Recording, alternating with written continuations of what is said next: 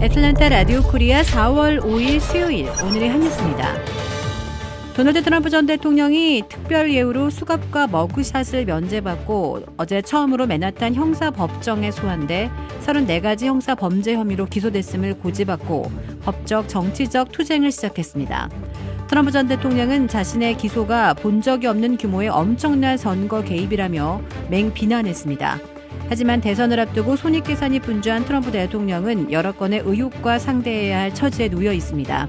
어제 로우와 맨하탄 법원 주변 도로가 봉쇄되는 등 긴장 속에서 실시된 법정 소환에서 트럼프 전 대통령 측은 무죄를 주장해 수개월간의 마라톤 법정 투쟁에 돌입했습니다.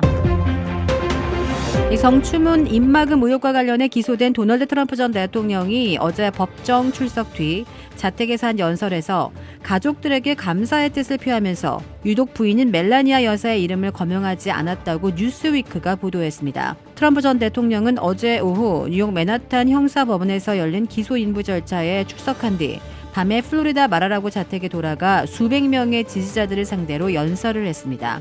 이 자리에는 장남 트럼프 주니어와 차남 에릭, 막내딸 티파니도 참석했습니다. 그의 제임시 백악관 선임 보좌관으로 일한 장녀 이방카와 막내 아들 베런, 그리고 아내인 멜라니아는 모습을 보이지 않았습니다.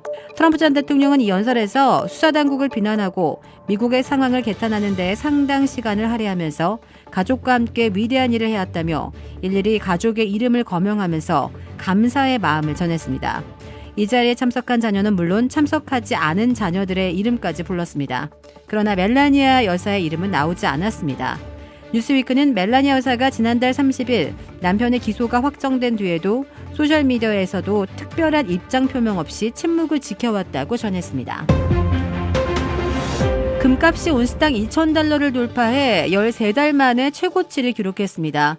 뉴욕 상품거래소에서 어제 금값은 전날보다 온스당 1.93%가 오른 $2,022 20센트에 마감했습니다.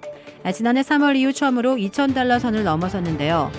미 노동부가 공개한 2월 구인 이직 보고서에서 기업들 구인 건수가 2021년 5월 이후 가장 적은 993만 건으로 나타나 경기 침체 우려가 높아지면서 안전자산 선호 심리가 커진 영향으로 분석되고 있습니다. 일론 머스크 테슬라 CEO가 지난해 재산이 $390억 줄었다고 영국 더 타임스가 보도했습니다. 이에 따라 포브스 억만장자 보고서 1위 자리를 베르나르 아르노 루이비통 모에 헤네시 회장에게 내줬습니다.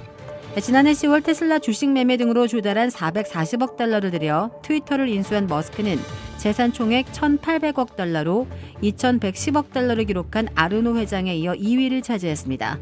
이 포브스는 머스크 CEO가 트위터를 인수하면서 테슬라의 주식 가치가 거의 50%나 하락했다고 밝혔습니다. 3위는 재산 총액 $1,140억 기록한 아마존 창업자 제프 베이조스에게 돌아갔습니다. 제프 베이조스의 재산은 아마존 주가 하락으로 전년보다 $570억 감소했습니다. 억만장자의 수는 28명이 줄어들어 2,640명으로 2년 연속 감소세를 보였습니다.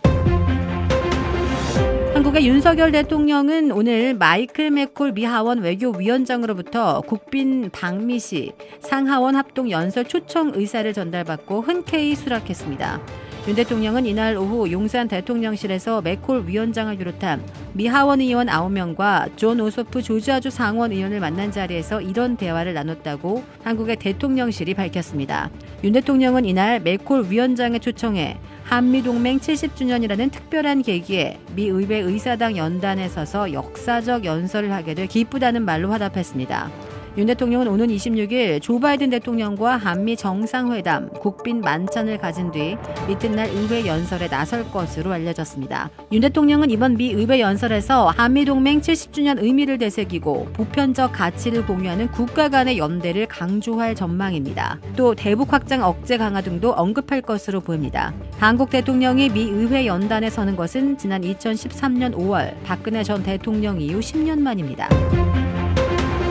주택 구매뿐만 아니라 커머셜, 웨어하우스, 비즈니스 건물까지 부동산계의 큰손 이주환 부동산. 크레딧 카드 빚 최대 80%까지 탕감.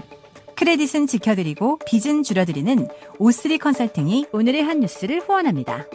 이상 애틀랜타 라디오 코리아 4월 5일 수요일 오늘의 한 뉴스의 고지선이었습니다.